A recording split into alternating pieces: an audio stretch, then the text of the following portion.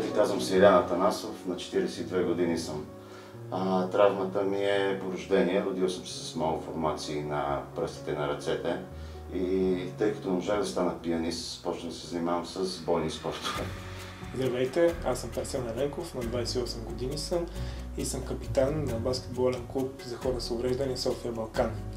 Казвам се Борис Томов, на 50 години съм, част съм от отбора на София Балкан за хора с инвалидни колички.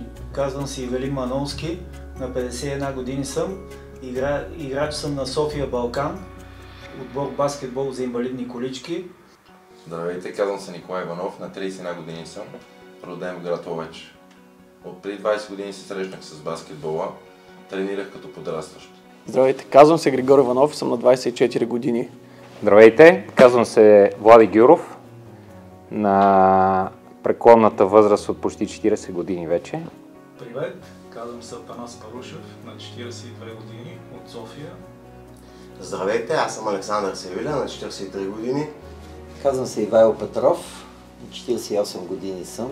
Претърпях пътен инцидент, следствие на което загубих левия си крак. Инцидентът коренно промени живота ми, следствие на което продължих напред.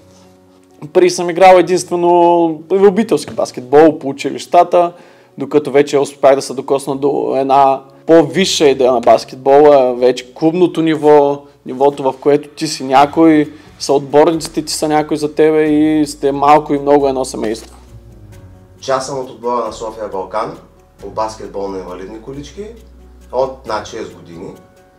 Благодарение на спорта съм доста активен човек и в момента спорта помага за хората, както и за здравите хора, така и за хората с увреждания. Спортът е невероятно ценно нещо.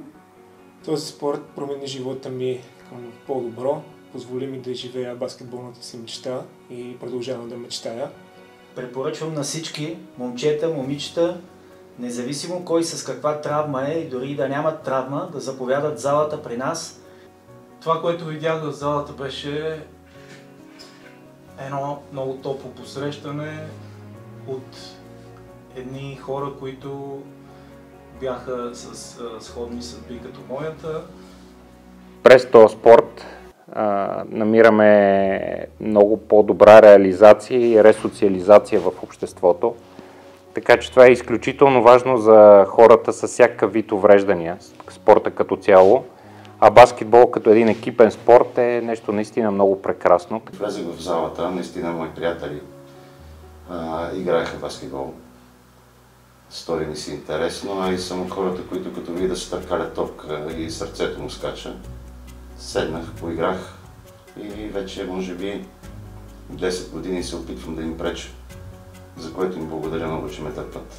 Вярата в Господ и в това, че трябва да продължа напред, ми помогна да преодолея, семейството ми, приятелите ми помогнаха да преодолея този труден момент в живота ми. След инцидента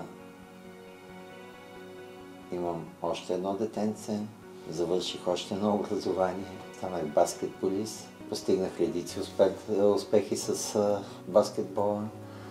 След инцидента се запознах с прекрасни нови хора, получих един прекрасен нов живот. Запознах с много хора и изградих много приятелства. Затова аз искам да продължа мисията му.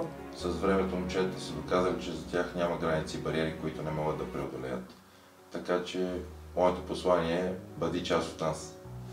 Правиме турнири, местни турнири, национални турнири и също така международни турнири, където пътуваме и зад граница. И искам този спорт да стигне до повече хора, за да може да промени и техните съдби. Доказваме, че ограниченията превръщаме в възможности, възможностите в движения, движението в баскетбол. Заповядайте при нас в отбора, станете част от нашия отбор. Всички са много готини, ще ви приемем с открито сърце.